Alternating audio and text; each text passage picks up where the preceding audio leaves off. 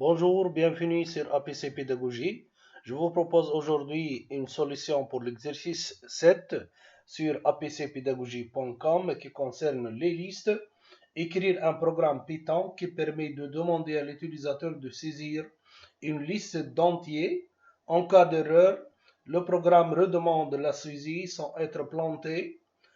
La liste sera imprimée devant l'utilisateur chaque fois qu'il aurait essayé d'ajouter un élément à cette liste.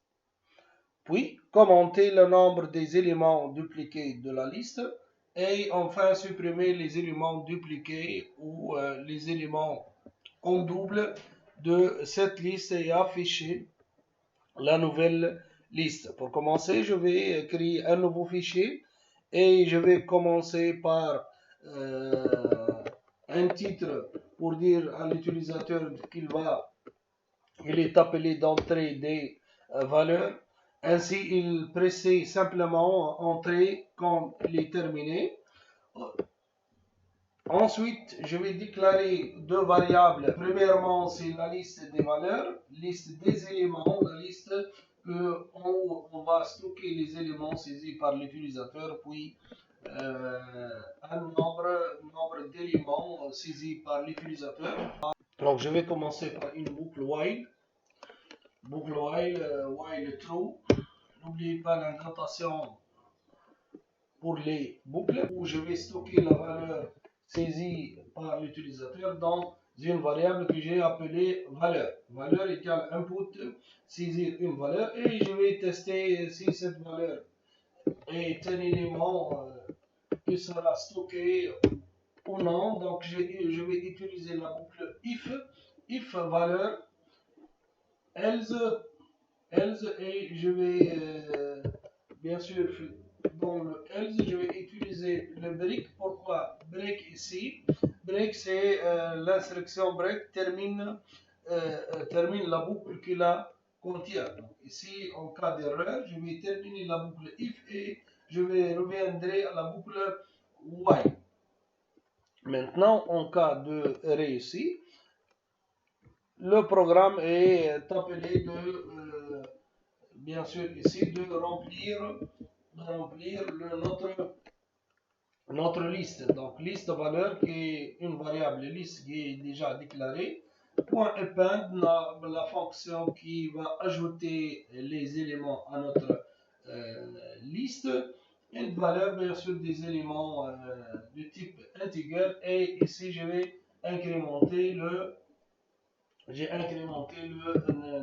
variable nombre d'éléments pour compter les éléments qui ont été ajoutés à notre liste.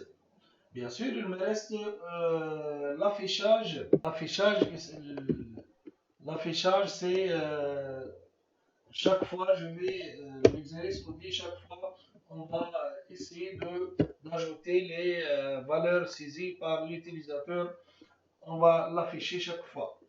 Maintenant, le nombre aussi, je vais afficher le nombre des éléments. Et enfin je vais répondre à la question de la suppression des doublons. Pour cela, je vais créer une fonction qui me permet de supprimer les doublons. Voilà, j'ai défini une fonction que j'ai appelée supprime doublon qui accepte comme argument une liste d'arguments, liste d'éléments.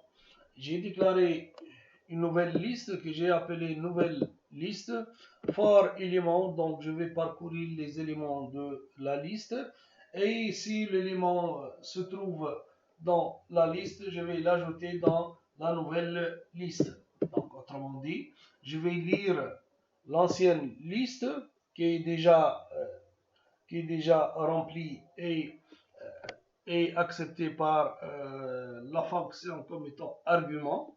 Et chaque élément de l'ancienne liste, je vais le mettre dans la nouvelle liste si cet élément n'existe pas dans la nouvelle liste.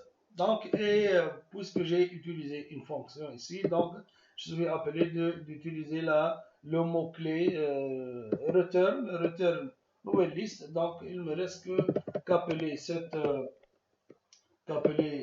fonction.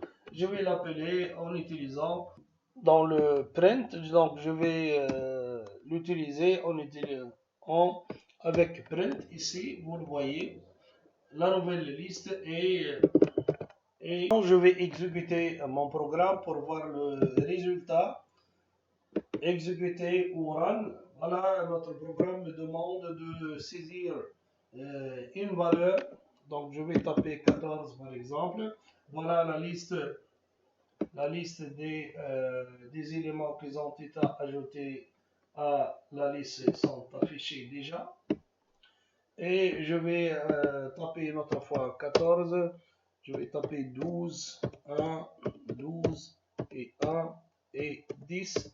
Et maintenant, je vais taper sur Entrée. Voilà, le programme termine son exécution. Il m'affiche le nombre d'éléments de la liste est 7. Voilà, c'est bien 7. Et la nouvelle liste non dupliquée, c'est 14, 12, 1, 10. Et c'est vrai, c'est 14, 12, 1, 10. Parce que les autres, le deuxième 14, ici le 12 et le 1. Donc c'est tout pour cette vidéo.